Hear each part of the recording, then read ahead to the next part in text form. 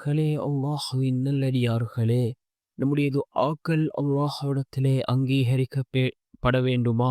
நாம் கேட்கக்கூடிய விடயங்கள் அல்லாஹ்விடத்திலே ஏற்றுக்கொள்ளப்பட வேண்டுமா?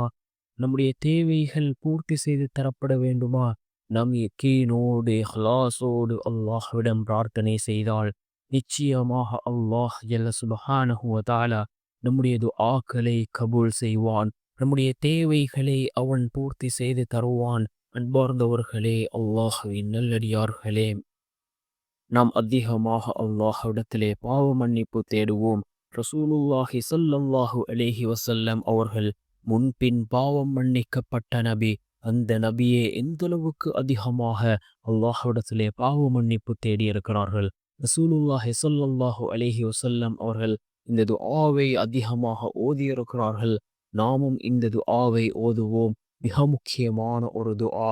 அல்லாஹும்ம அர்ஹம்னி அல்லாஹும்ம கஃபிர்லி அல்லாஹும்ம அர்ஹம்னி அல்லாஹும்ம கஃபிர்லி அல்லாஹும்ம அர்ஹம்னி. யா அல்லாஹ், நீ எங்கள் மீது அருள் புரிவாயாக.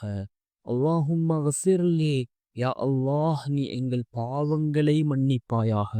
மிகவும் முக்கியமான 2 வார்த்தைகள். அல்லாஹ்வினுடைய ரஹ்மத்தை கேட்கின்றோம். அதே போன்று அல்லாஹ்விடத்திலே பாவ மன்னிப்பை தேடுகின்றோம். இந்த 2 துஆவையும் நாம் அதிகமாக ஓதுவோம்.